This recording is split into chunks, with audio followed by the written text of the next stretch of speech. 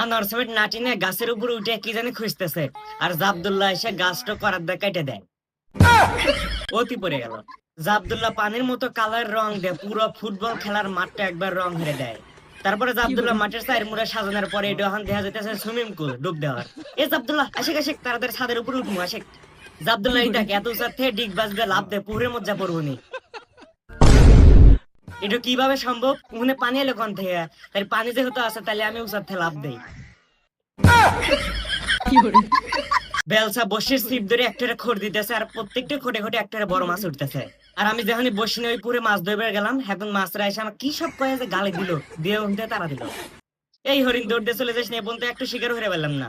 গাছ এই গাড়ির উপরে হচ্ছে হরিণ দৌড়িতে বাইন্দে নিয়ে যেতেছে। এক গাড়ি গেল, দুই গাড়ি হরিণ গেল, তিন গাড়ি হরিণ আব্দুল্লাহ দৌড়িতে বাইন্দে নিয়ে যেতেছে।